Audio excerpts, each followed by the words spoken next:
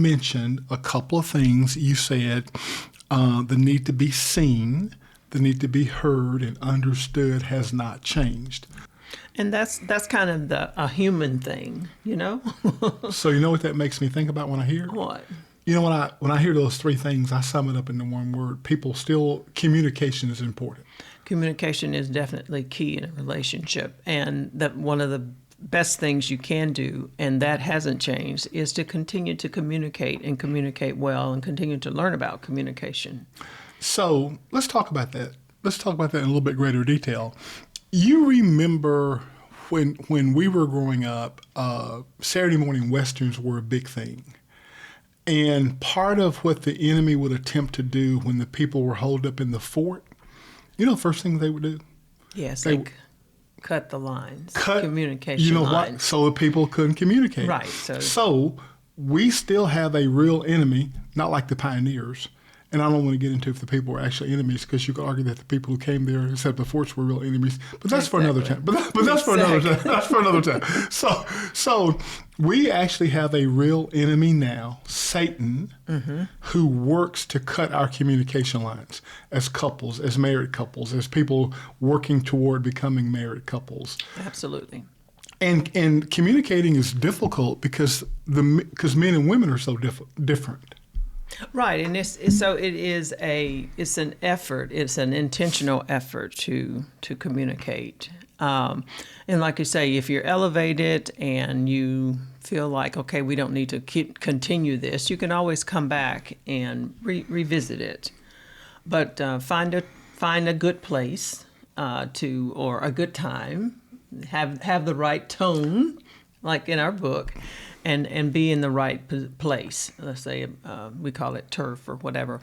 But that is most important, is to continue, and that hasn't changed. That will always be, because that's a part of our relational, I'll say, creative part. Okay, so let's go a little bit deeper. If you happen to be one of the 2 or 3 people on earth who don't have copies of our book, we'll link to it in the show notes. Book, Marriage, What to Do Before and After You Say I Do.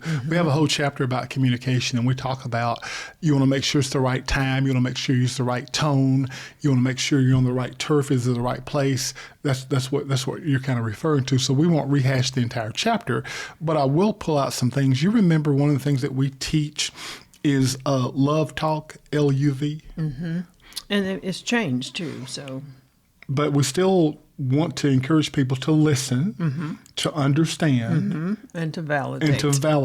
See what LUV, love.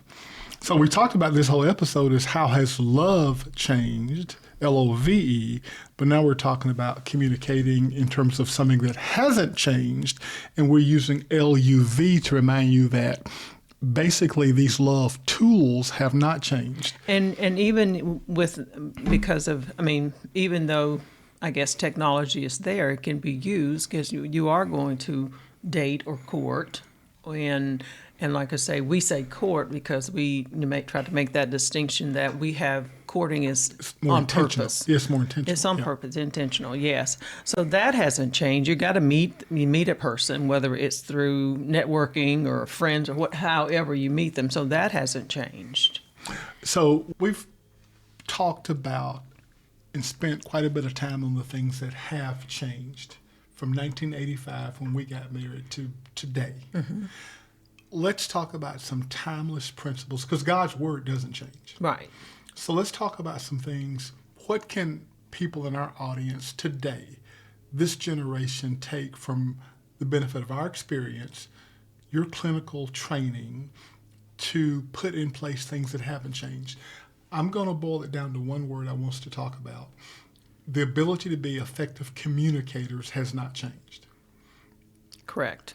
And we're going to split it up between my ability to communicate to you and my ability to self-reflect and understand what it is that I want and need so I can more effectively communicate it. Does that make sense? It does. It does. Absolutely. So what are some things that you teach in terms of here are communication skills and tips and techniques that I want you, my clients, to take away?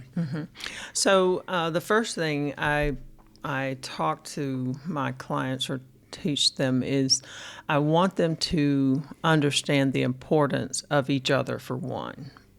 Okay, and when I say that is that you have to want to communicate, right? You have to care enough about a person to say, I want to hear your point of view. I want you to hear my point of view, and we want to come to the best for our relationship. So that's one of the first thing is to really respect and care and love each other enough to want to communicate and to hear each other. Okay. So that's one of the first things. And then after that, then it's about, let me hear how you're communicating. So we start to talk, and then I want them to maybe summarize.